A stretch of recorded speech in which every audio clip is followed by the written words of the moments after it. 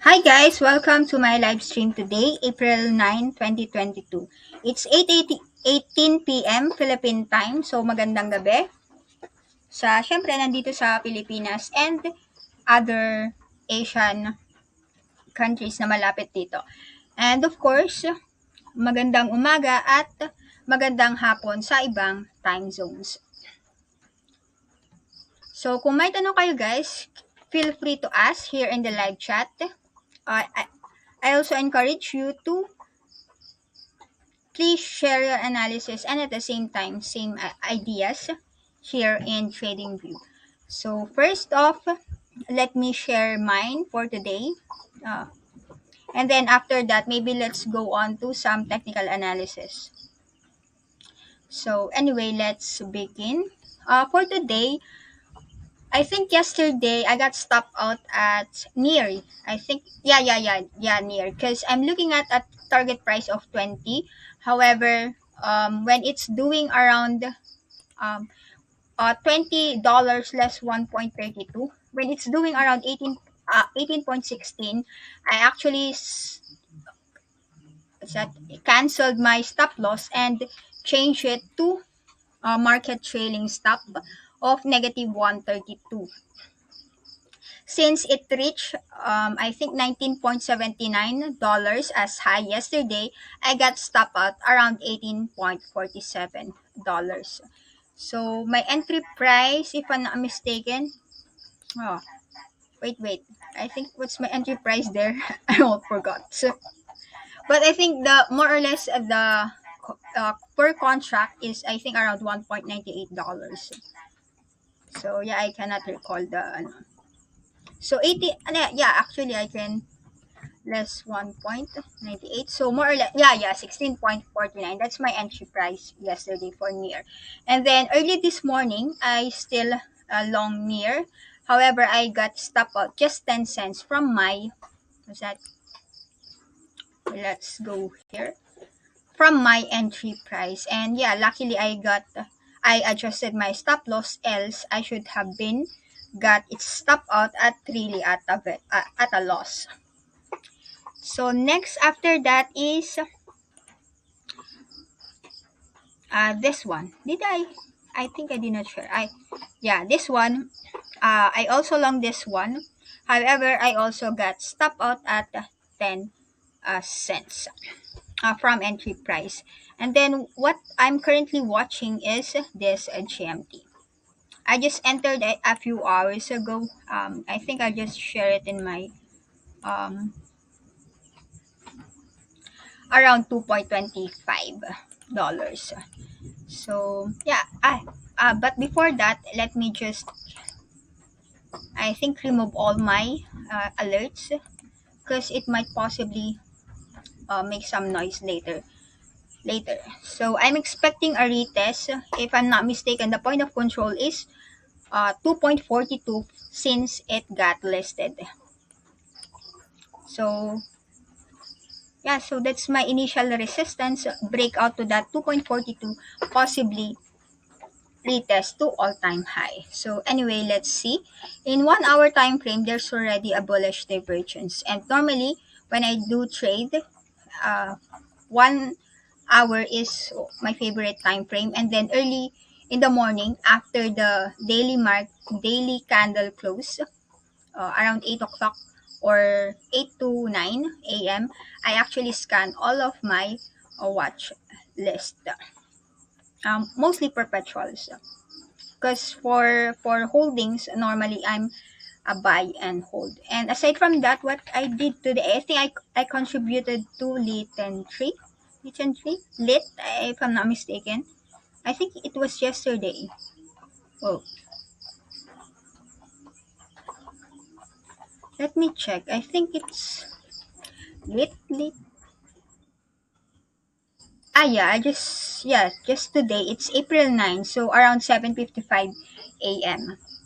So hopefully they won the crowd loan. And when I look at my Polkadot holdings, I think I can still participate in 4 or 5 more crowd loans. So anyway, let's see.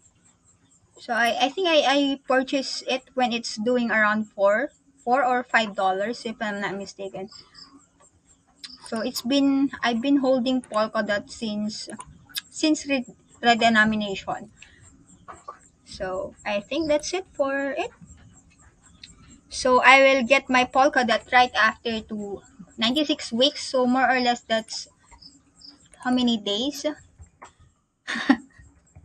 So 672 days. So more or less it's less than 2 years. But yeah, I think I'll check on it after more or less 2 years. Though I think proportionately they will distribute some tokens.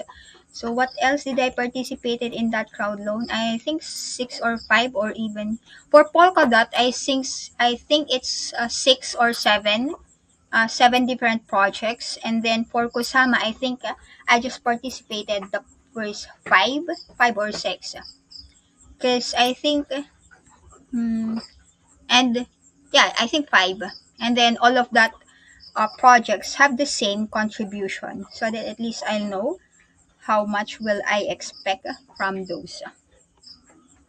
So anyway, so I think that's it for me for today. So let's move on to what you are looking at. Ang kulit lang eh. I think last time it's this one. I think I also traded this one at this day. Actually, I'm expecting a bullish engulfing here, or a bullish candle. However, it ended up not much bullish, because uh, there's a selling pressure. Uh, it's a quite large wick. Anyway, but at least it's been holding within this area around 2.08 over a couple of days. I think 6 days already. So yeah, I think it's time for about a breakout here. So anyway, let's see. So before that, what's trending? So GMT. So let's move on first with the trending. Yeah, BTC maybe later. Later. Ang kulit lang eh. So the trending still is GMT, and then followed by Solana. GMT, yeah, as what I've mentioned a while ago, I'm looking at a possible breakout from here, because it's been trading within this range for a couple of days. I think that's around more or less uh, 5 days. So yeah, let's see if it's a solid breakout tomorrow. However, on 1 hour time frame,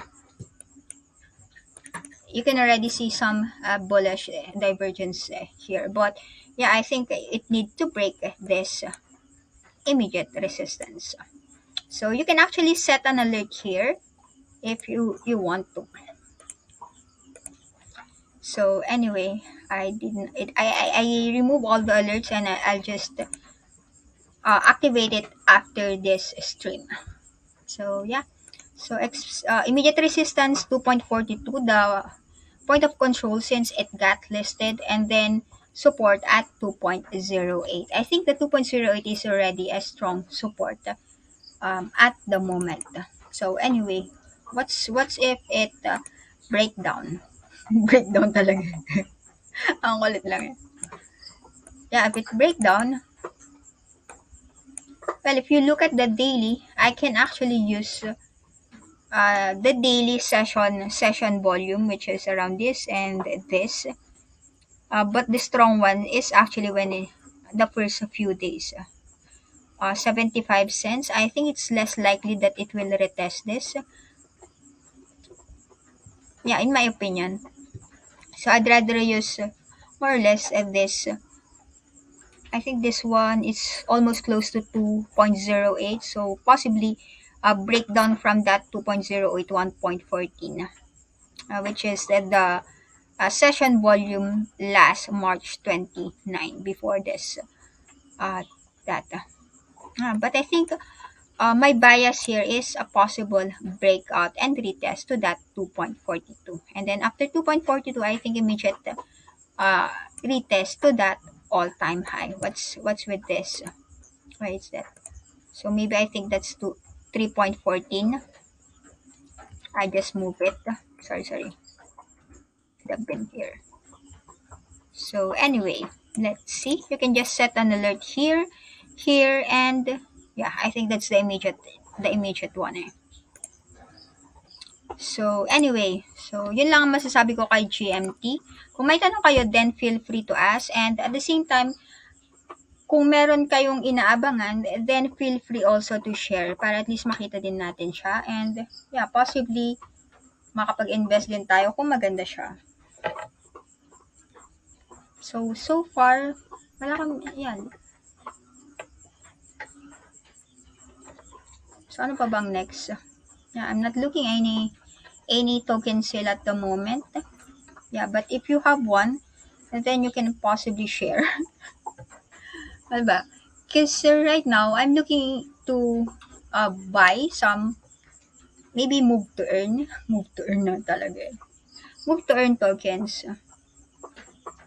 So anyway, let's see. But yeah, as much as possible, I'd like the one that it's not yet listed or on the token sale. So token sale, so that at least I'll get in at a very low price if there is any. So anyway, I'm not much that updated, but if you want some news, I think you can also try trading view, and there's news over here, breaking news. So most of the time I actually most on technicals. Sometimes I just scan it a bit though. So next after that is Solana, there's also a bullish divergence in 1 hour time frame. I think I share it in my Telegram channel, but I did not. If you look at it, I did not make any transactions because this one, and this one are the one that I've entered into. But if ever I should have traded it, I should have had bought at 111, which is, I think that was the session volume when I'm looking at it. Because the today's session volume is still moving until the daily of course will close, because this is a 24 hours, uh, 24 hours, I mean, or for the day. It's different with the visible range, because it will be depending on the dates that you have selected. So medyo may ano siya, may difference siya. But yeah, same uses pa rin naman sa akin. The point of control, I use that as a support or resistance. So dito, yeah, I possibly expecting it to at least retest that previous high around 143, kasi nga meron na siyang hidden bull. Pero syempre, depende pa rin. You can, depending on your plans, you can actually also adjust your stop loss if ever. Yeah, normally I do adjust my stop loss 10 cents from my entry price, because if I open one contract, that would mean 10 cents per contract. So if I open 10 contracts, edi $1 more or less minimal trading fees. And then if I open 100 contracts, that's more or less $10. 1,000 contracts, 10 cents from entry price. If I got stop out is $100 less trading fees, and $10,000 times, I mean 10,000 contracts times 10 cents, that's more or less $1,000 per $1,000 less trading fees, and so on and so forth. So it depends on the size of your, what's this? The size of your, your position size. Sorry. So, di ba? Di ba talaga? Ang kulit lang eh. So, yun lang. 10 cents more or less in Philippine peso. That's, I think, 5 pesos at 50 pesos. Di ba? Per US dollar. So, pwede na sa akin yung for contract, that's already 20 pesos. Very memorable kasi sa akin yung 20 pesos because I really started at a very small amount. And kahit ngayon, kapag kunwari, may nag-order ako, delivery or sa Shopee, yung nagdi-deliver, nagbibigay ako ng tip, also 20 pesos, naalala ko lang. So, yun. Siyempre, kung naipon niya din yun, 20 pesos, edi, I think, magiging ano din yan, it will accumulate also. Kasi, investing really will create wealth.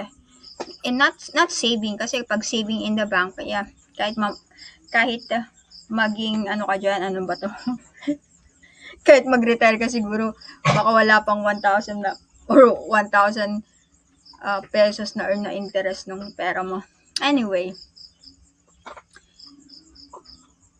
So, yun lang. Check ETH just now. Check ETH. So, let's look at ETH. I think 3 to ang nakikita kong ano yan. If I'm not mistaken. Hindi ko kasi masyadong tinitrade ang ETH. BTC and ETH. I'm more on the lower ano ba to? Lower market cap. Ang kulit ko lang yan. So, let's try to look at ETH. ETC naman. Sorry. It's ETH. Saan siya dito? Here. Sorry. So, it's 1 hour.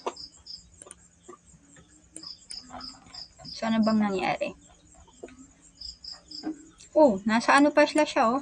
Retesting. Wait lang. Yan natin. Remove natin. Yeah, para mas malinis. So, check lang natin. So, I think last time 2.8 or 2.6 is the point of control 1 year. If I'm not mistaken.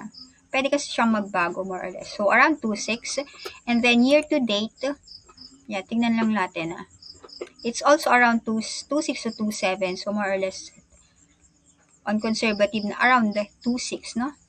So, halos same lang sila. Now, let's move on to this. Check ko lang para at least alam natin kung nasaan sila nakapasok. Pero, nag-low siya around 2.2. More, nag-low siya. This. Samantalang si BTC nag-low around 20, if I'm not mistaken. 2.4. So, around 2.5. 2.526, ano? So, sa daily, so, di ba, flat lang natin siya.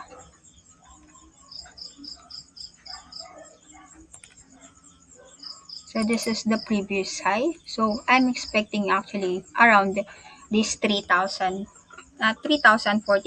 or more or less 3,100.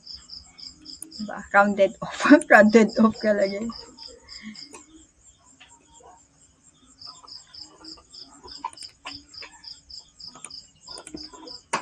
Previous resistance, dito rin, medyo nahihirapan na kasi siya doon. So, immediate resistance around 3,300, rounded a bit higher. Medyo may konti lang naman. So, pero today, syempre, depende kung paano kayo mag-trade, So, syempre, breakout to that, syempre, retest sa previous high, which is around 3.6, if I'm not mistaken. So, 3.6, around 3.6, pero hindi siya nag-3.6 So, 3.5 something. 3.583. 3.583, what's that? 3.581. So, 3581. So, yun siya. So, kung iti-trade ko siya, depende kung paano ka siya i-trade. Kasi normally, ang trades ko is 1 hour. So, kung 1 hour yan, iyaano ko lang yung, lalagyan ko lang siya ng alert dun sa session volume. And then, the next one, yung next one na session volume niya kasi around dito lang. Around 3228. So, after 32, supposedly, nag-ano na ako, nakapag-long na ako dun. And then, stop loss. Diba? 32.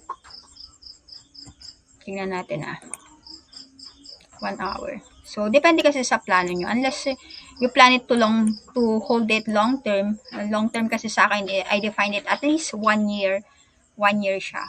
1 year holding period. Pero sa akin, nag-exceed siya ng more than 1 year So, like for example, si Polkadot, ewan ko kung ilang years ko na siyang hold. Basta nag-start ako 2016 sa crypto. So, supposedly, diba, nakapag-ano na ako dito. Entry na ako dyan. Diba? So, TP. Daily pala to, no? And,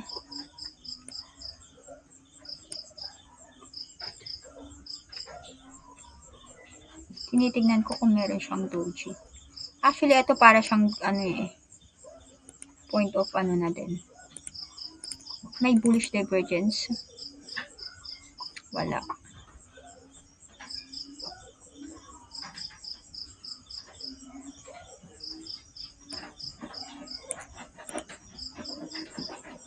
Kaso, it did not meet my minimum risk reward ratio. Saan ba ako nag-enter? Nag-enter na ako sa point of sa session volume It's just that wala kasi very strict ako when it comes to trading. Kahit na Ethereum or BTC siya, if it did not meet talaga or whatever contract or perpetual it is, pag hindi niya na-meet yung risk reward ratio ko, na lang, watch ko na lang siya. Kasi ang dami namang pwedeng tignan So, depende na lang kung ano yung plans ninyo. So, for me, I'll possibly go long at 3,200 na which is the today's trailing session volume, di ba? Trailing ba? Is that the right term? I think moving session volume. Kasi hindi pa siya nag-end ng day. So, yun lang masasabi ko. So, depende. Dati kasi 2 naman yung risk reward ratio. It's just that for this year, inakyat ko siya. So, yan. So, yun lang. So, immediate resistance around here, around 3,300 more or less. No, around 3,300 around this. Pero ginamit ko kasi on daily to, di ba? So, yan. Around 3,300. Wait lang, tanggalin natin siya.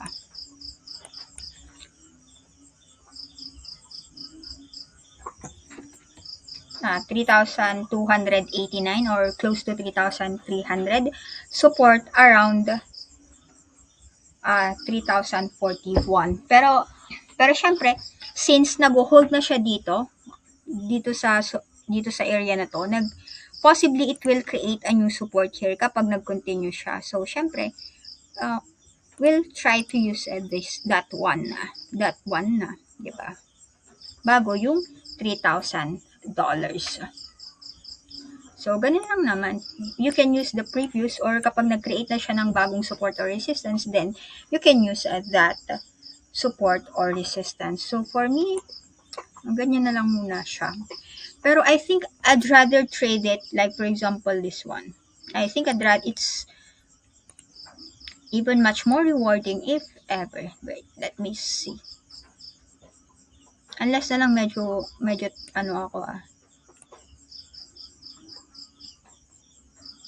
ako diba? I think I'd rather wait. Diba? Pero dapat it's a solid breakout from this 3,300 or dito around 3,289 para at least mag-enter talaga ako if ever i-trade ko siya, di ba? Kasi sa hourly, parang hindi pa siya ganon ka, ano ba yun? I mean, hindi niya na-meet yung risk-reward ratio ko na minimum. So, I'd rather antayin ko siya ng breakout. Pero hindi weak siguro babantayan ko siya. Ayoko ng weak kasi syempre baka ma-fake. Matrap ako. Ang kulit lang eh. So, yun lang ang masasabi ko kay dito sa Ethereum. So, immediate resistance at 3.3, support around that 3,200, breakdown to that 3,200, possibly 3,000. Breakout to 3.3, then welcome back to around 3.6. So, if I'm gonna trade it on a swing trade, I'd rather what's it?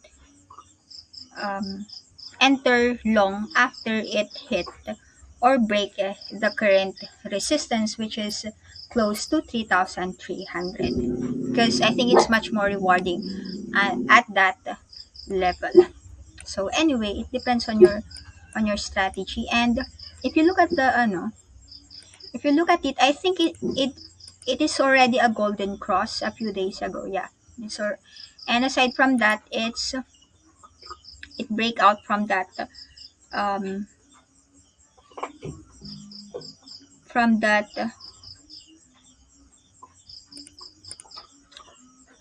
this downtrend. So mas if you compare it with BTC, actually it's much better to trade ETH if in my opinion Anyway, so depende kung ano yung mga nyo strategy nyo. Kasi medyo magkakaiba tayo eh. So, anyway, but of course, our main objective is to have a sustainable revenue stream. So, I hope we meet that regardless of whether what we trade or what we are looking into. Diba? Kasi I'm pretty sure may mga favorites tayo. May mga favorites na time tingnan. So, ganun. So, next, I think yun na lang muna. Siguro after that, immediate welcome back to 4,000 na tayo after nung 3.6. Tinitignan ko yung yung visible range. Kasi dito siya halos medyo madaming transactions. And it's also the previous high here. So, after that, madali na lang to 5,000 or 4.8 to 5,000, di ba? So, yun. And it's a golden cross. So, syempre, on that note, more on mas bullish ako, and any pullback will be, for me, it's time to accumulate kung long term ako. So, next. Did that? Oh. Where did I saw that?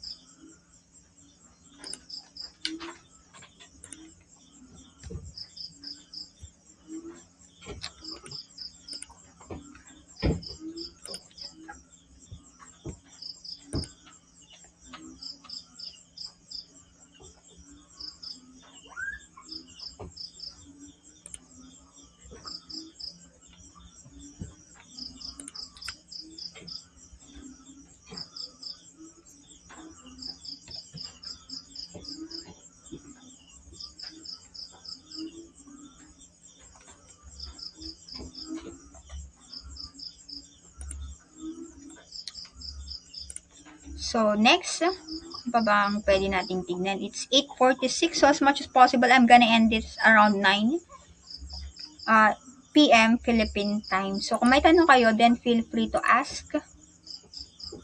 Ano sabi niya dito? What kind of potato are you using for your home router? What kind of potato? Sorry, hindi ko na-gets yung niya. Hindi ako masyadong techie eh. But I'm using just the prepaid Wi-Fi. It's a Globe prepaid Wi-Fi. Doggy. So, ano bang nangyari kay Doggy? Parang nag-ano yata siya last time Actually, it's not on my watch list.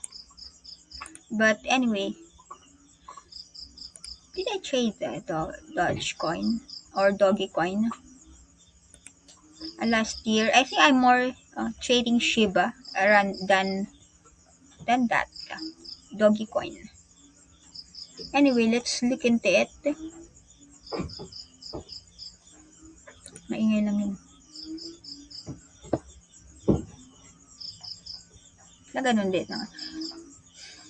So I think it still have the same. What's this? Ah, okay.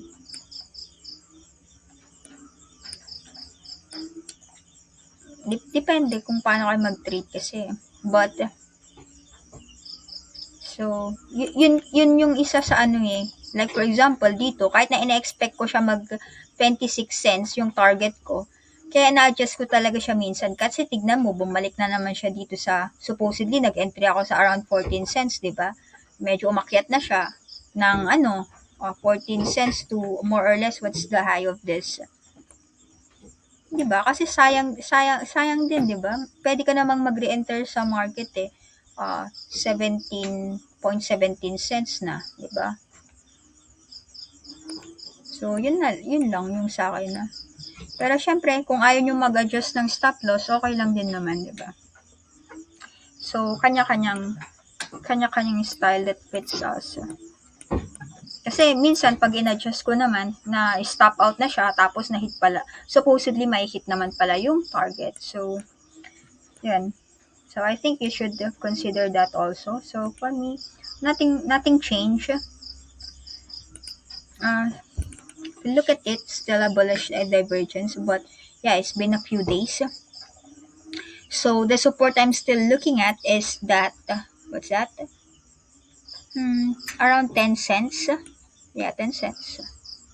Same as a ZIL, if I'm not mistaken, because 10 cents, it's the one that I've been looking for, ZIL. And then possibly resistance around 27 cents. Why 27 cents? Because I think that's already the largest here using the visible range. And yeah, medyo matagal din naman siya dyan eh. So I think that's it for me for now. So, yeah, pag nag-enter ako dito, same. Kasi, suppose, hindi talaga ako mag-enter kasi it's 2.63 during that previous analysis. But for this, it's already doing around 14 cents. So, possibly, diba? Possibly mag-enter na ako dito kasi nga, medyo mas rewarding na siya versus previously. Kasi normally, syempre, ilalagay ko yung entry point at the current market price or current trading price. Diba? Kung mag-decide ako agad. Pero syempre, kung hindi naman ako mag-decide agad, edi mag-wait talaga ako sa support, diba? Sa support talaga eh. Or sa close sa support. Pero syempre, yeah. So, I think yun lang masasabi ko. It's, I think, much better now than the previous days. So, next, anyway, let's me just check kung nagkaroon na siya ng golden cross. So, I think, almost. Yeah, it about to kiss. It will about to kiss. So, I think 27 is possibly welcoming back. So, anyway, let's see how it goes for Doggy Coin. So, 27 cents is the immediate resistance I'm looking at, or that's possibly my target because that's where most of the transactions happen after this what's this, 10 cents area. So, the 10 cents is the support I'm looking at, and it's about to kiss. So, yeah, once it cross that, possibly, hopefully, it will retest back that 27 cents I'm looking at. That is actually the strong resistance I'm looking at. So for now, yeah, RSI, not much. It's at the middle, so nothing much to add on that. So next, Oh, see, 6 cents. So, 6 din siya ba bibili? At 6 cents, what is this? 10 cents. So, 6 cents, it's around here pa. Well, it is also possible. However, for me, it's already formed a divergence around this area. So, I think the 10 cents is strong support that I'm looking at because they started already to buy at this area. But anyway, pwede din naman dito. If it break down the 10 cents, then possibly that 6 cents. So, yeah, of course, it depends. So, if it went to that area, then much better. But it's almost about to cross. Yeah, that's just possibly another, more or less, something to watch on. Kasi if it form a golden cross, then possibly it will continue to move higher. Oh, so next, thanks for sharing. Thanks for sharing. Dogecoin, I think this year, I think I haven't traded Dogecoin for this year since I started trading. Do I have a Dogecoin? Actually, Dogecoin or is one of the coins that I started into when I started in cryptocurrency kasi pwede ko siyang makuha through faucet. Faucet, ano ba yun? I think BTC Dash dati. BTC Dash Dogecoin. Diba? May mga faucet pa dati. I think now, I don't know if there's still some faucet giving some small amounts of tokens or coins. Parang wala na masyado. Hindi na ako masyadong nagpo-faucet. Parang 1 year lang ata ako nag-faucet. Or maybe less than 1 year. Hindi ko na maalala eh. Kasi sumasakit yung mata ko sa ano ba yun? Kaka-captcha. kaya instead of it, nagtiti 20 pesos na lang ako. So, anyway. So, ano ba bang pwede nating tignan? Did I finish Solana? Yeah, let's just look at the trending. Parang wala sa trending. Ay, meron naman pala. Ang kulit lang yun. Meron. So, what else? Si NEM, what happened to NEM? Before, I think NEM, I think it's almost more than, I think it's taking forever. Or, yeah, really. And, I don't know what's the update on NEM, but really I was also very disappointed with this. Anyway, so it's getting low, and if you look at it, it's also forming a death, possibly death cross. So it's about to kiss, no? So possible retest around this area. Ano na ba? 9 cents. Grabe naman tong sinin. Parang tagal na neto, no? Wait lang. Let's just take the all-time high to this area. So, ang dami ng... What's this? What's that? I know what happened here. I don't have not much update. So, more or less, that's more than 1 year. Kasi parang naging stag, I don't know. After nag-down, masyado na siyang down. So, and then I can't comment much here. Ang kulit lang yun. Anyway, let me just take a look at it. Oh, it even went as... yeah, but if you have some update, I think, more or less, it's already very long. So, it even... So, 4 cents. 4 cents is the point of control since it got listed here in this exchange. So, yeah, let's see kung ire-retest pa niya talaga yung 4 cents na yan.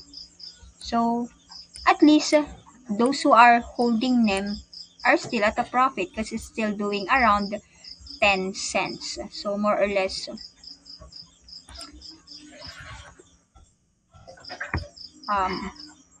mga more than 200% pa rin naman, from, or 100, or I mean, 100 times, no? Kasi 4 cents times 4 cents times 2, less 4 cents. So, more than 100 plus pa rin naman sila on their on their investment. So, it's just that parang nag-move na lahat. Eto, yeah, anyway, let's see. So, siguro the 4 cents, it's the support I'm looking at. Uy, grabe naman, Pero, syempre, if you could wait, sana, at least, 23 cents is the resistance I'm possibly looking at. So anyway, let's see how it goes. It's just forming a dead cross. So hopefully, it will retest the 4 cents. Immediate resistance around, yeah, I think since it around this 23 cents or 24 cents. So I'm gonna use this one. Where is it? Diba? So, pwede na din siguro, no? Pero syempre kung i-retest niya pa ito yung previous high niya, edi wow, diba? Anyway, let's see. So, you can just check on the updates on their social medias if you want to. Yeah, because I think it's been, I don't know, it's been more than 1 year since, where did I use it? I think I just used it here, no? So, it's more than 1 year already. So, but anyway, if you're a long-term holder and it's fundamentally good, then you could actually wait. Because, yeah, like for example, me, I've been holding most of my holdings more than 1 year, diba? So, okay lang din naman. So, I can actually accumulate this if this is a fundamentally good coins. I just really don't know what's the update. But I want an update, diba? On what's happening, because I think before it's really one of on the top 100 really. It's still on the top 100, but yeah, I think it went lower and lower. So there. Anyway, it's already 9 o'clock and maybe possibly we'll check on the BTC and then let's end it from there. So what's happened? I think they have 1:1 something before, no? Parang airdrop of, I forgot what's, XYM, 1:1. So, I don't know how many months since they airdrop this XYM. I just forgot. So. Anyway. So, diba? So, let's get back to BTC. Wala na ako masyadong tinitignan eh. Ano ba? So, engine XMR. Uy, let's check this out. Yeah. Because I remember this. I was looking at it before. Kaso hindi na ako nakaantay ng breakout. So, and it's possibly, consolidation and then breakout. So, anyway, let's see. What's the next possible target for XMR? It's been quite a while, ano? So kasi dyan na siya eh. Diba? So, kung titignan mo, dyan, no? Dyan, 531 talaga yung ano niya. Possible triple top if ever, ha? So, I think the next resistance I'm looking at around 271 to 300. More or less. Kasi medyo matagal din naman siya dito. But I think at this point, I think this one talaga. You could actually form, wait. Maybe I'll just use this one. Horizontal ray. And possibly that 531. So this is from here to here. Yeah, supposedly I should have entered at breakout. Anyway, so I'll try to wait if ever it gonna pull back a bit and retest around these 200 to 205 EMAs. But, yan, pwede pa rin naman mag-retest siya dyan eh. So anyway, let's see. Ang magandang spot is after consolidation. Kasi after consolidation, there is a break out. Diba? So anyway, let's see.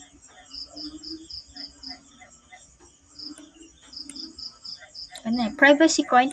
Actually, one of the coins that I've been looking at is a quantum resistant, privacy, and feeless. Yun yung mga tinitignan kong coins that I plan to accumulate over the succeeding months. So far, the last, when it comes to spot, ano ba yung nabili ko? Crowdload kasi si Latent 3. So, I think the last that I bought is QuantX. It's actually quantum resistant coin. So, anyway, let's see. So, kapag dito, well, possibly I can wait. And it's also a golden cross a few days already. So, na tayo. Medyo a bit late na rin, no? A bit late na rin. So, antay na lang tayo ng pullback if ever. Around 200 area. That's the support area I'm looking at. Breakdown possibly to that 138 kung magbe-breakdown siya. So, yun. And 342 as immediate resistance I'm looking at. Wow. Pero ang ganda di ba? So, hopefully, ganyan din siya dito, no? Hopefully, it will. Kasi ilang from here to here. Let's just measure it a bit, There's this one.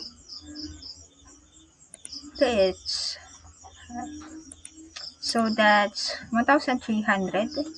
1,200 something. 230. So, from here to there. So, kung sakali lang niya. So, medyo matagal pa. Oh, wait. There you go.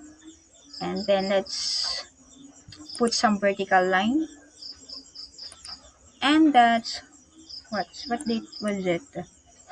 Walang date. Walang dates. So, walang date So, anyway, more or less ilang years yun. Let me just, 1, 2, 30. So, that's more or less close to 3.5 years. So, here is May 2021, 21, 22, 23, 24. More or less 2024 kung sakali. But if it's faster than 2024, then much better. Diba? Medyo yun. So anyway, let's see how XMR goes. Basta gusto ko kasi ng privacy kasi nung lumabas yung Bitcoin, kasi diba hindi naman talaga supposedly, though it's public, medyo syempre nag-interact na kasi yung government, so syempre ititrace na talaga nila. So kaya privacy coins is one of the coins that I've been looking at, diba, para at least I think we need some privacy din naman, diba? So yun lang ang masasabi ko. So Engine, wow, Engine have been performing well, I'm not really looking at it, though I've been analyzing it previously. Na-breakdown siya, So supposedly, I should have got stop out if ever I should have got stop out if ever. Grabe naman, So, pag hindi ka nag-adjust ng stop loss mo, so, na-stop out ka na. Pero it's actually been, parang more or less, it's a long or medium term trade, Hindi naman siya pang swing or scalp trade, Yung ginawa kong risk-reward ratio. Kasi para siyang si Polkadot, It's just that I think Polkadot still holding at support area. So, eto kasi, na siya. So, nag-resist siya, So anyway, possibly retest to around this area, which is close to $2. So I think on conservative note, I'd rather trade it above that $2 kung mag-hold siya. And then possibly, I'm gonna use this one as support or what's this? Stop loss area, di ba? Kung medyo matagal, ano? So, kung dyan, di ba, saka ko na lang siya i-measure, di ba? Kasi mas malaki yung possible potential, di ba? So, yun lang. But you can actually also trade it on lesser time frame if you want to. So, the support I'm looking at is 1.25 immediate resistance at this trend, at this previous trend, which is more or less close to that $2. So, breakout to that $2, yun, possibly to all-time high, or actually even more than the all-time high. Anyway, let's see. So, maybe let's add a bit path. So, kung sakali man, ano, possibly retest and then possibly around this area, which is 6, more than $5 to $6. Depende na lang kung where it will retest this previous resistance. So, anyway, let's see. Yun lang. Diba? So, engine done. And maybe last is the BTC. It's already 9:08 Philippine time. So, I'm gonna possibly end this one. Diba? So, anyway, let me just check. Ano bang meron ako ngayon? Si GMT, ano? 2.22. Nag-pull back siya.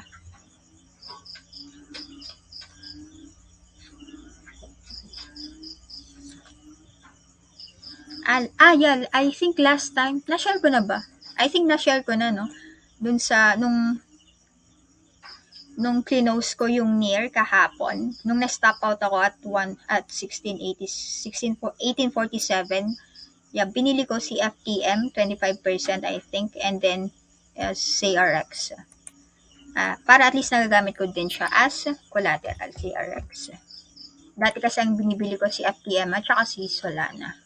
So, ngayon si CRX na ako. So, I think medyo mas better possible return. So, yun lang masasabi ko. So, kapag umakyat pa siya, di mas maganda, di ba?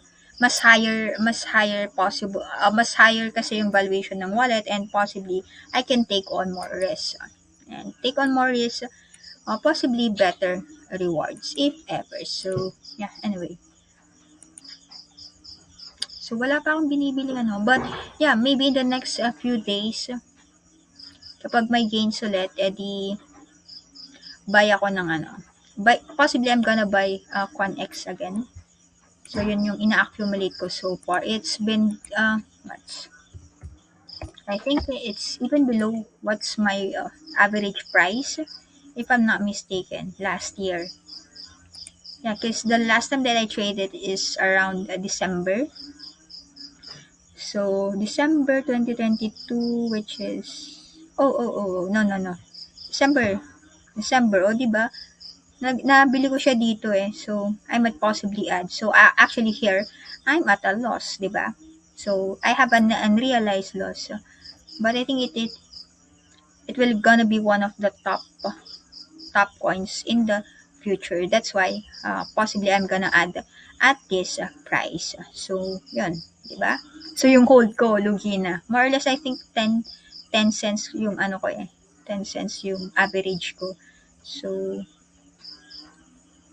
10 cents and it's doing around 4 cents. So, I'm more or less at talagang loss.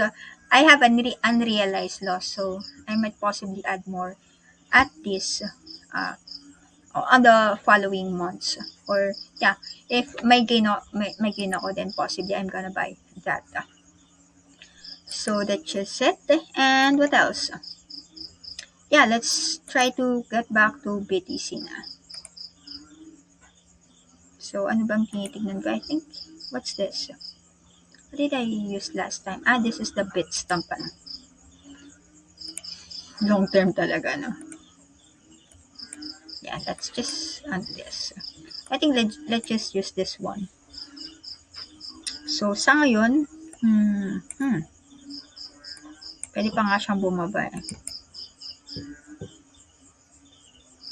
Pero it's already oversold. So anyway, let's see. 38,000 is actually the point of control I'm looking at. I think this the year to date and 1 year point of control. So anyway, for BTC, kasi kung titignan ko siya, this will be the last or I'll just use this one. Minsan okay lang din naman na hindi masyadong gamitin yung wick, lalo kung medyo malaki masyado. So anyway, it's dependent on your judgment. So pwede pa siyang kung sakali. But it's been holding, so possibly it will create or it will hold at this area, which is also more or less the previous high, di ba? Dito. So that's around $42 kapag nag-hold siya dyan. Else, this area around the $40. I mean $40,000. Sorry. The immediate support I'm looking at, of course, the $42,000. A breakdown to that 42, possibly within this trend line support, close to that $40,000. So depende na lang where it could possibly retest this. But more or less, that's this around 39.5 pa nga eh. So 39.5, $40,000 to 39.5. So depende na lang where it will retest at this trend support. So immediate resistance I'm looking at is the previous one, which is close to 48, or more than 48,000. So anyway, let's see how it goes. Maybe let's just use this one. So more or less, of course, on conservative note, let's choose that $48,000. So anyway, let's see na lang. But for BTC, I'm still on ano pa din naman ako. More or less, I think it just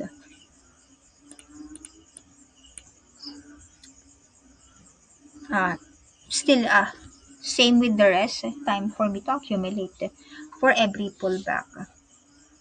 It's actually a golden cross already. So anyway, let's see how it goes for BTC. So immediate currently at or close to support of 42,000. Breakdown to that, possibly will welcome 40,000 to 39.5. Immediate resistance at previous high, which is close to, or previous trend resistance close to 48 or $48,000. So anyway, let's see kung iti-trade ko siya. I might possibly wait at least here if ever it gonna go around the $40,000. So so tingnan natin kasi nag-aano naman siya dito. So possibly might retest this one. So abang-abang na lang ako sa $40,000 if ever. But if I'm gonna trade it on a swing trade, then possibly I'll use the session volume as my support and resistance. So at this area, still at it's just above, or at least it's above that today's moving session volume. So I might possibly watch it at the moment. Watch lang ang kulit na lang. Tignan natin nga yung 1 hour. Ang kulit niya. Baka may makita tayong divergence. So anyway, was it? I'm using a logarithmic chart Wala masyado. So that's tinitignan ko.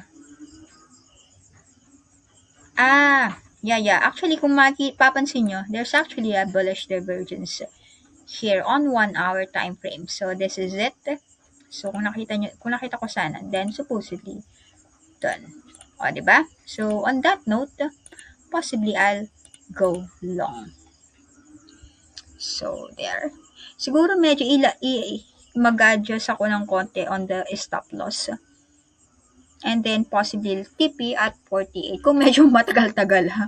Pero, syempre, kung talagang swing and scout lang ako, syempre, around that $44,000 agad-agad. Kasi parang, pwede mo pang matrade siya ulit eh. Anyway, but eventually, yeah, the strong resistance I'm looking at the 48,000, more than $48,000. So anyway, let's see, and yeah, possibly break down to this 42,000. Welcome back $40,000. Pero yeah, but since it have a bullish divergence, possibly ang bias ko is of course more on bullish ako. So yun ang masasabi ko kay BTC. Kasi syempre, it's either bull or bear, di ba? So, saan ako doon? So, kailangan magkaroon ako ng sarili kong bias on it. So, anyway, let's see. Yeah, let's go back to the one that I've been watching. So, what happened? What happened talaga? Kulit lang. Uy, ETC. ETC becoming active, Anyway. IMX2. Oh, KNC is back. KNC is back. Ang kulit lang eh. And the one that I'm looking at is medyo nag-pull back siya. So anyway.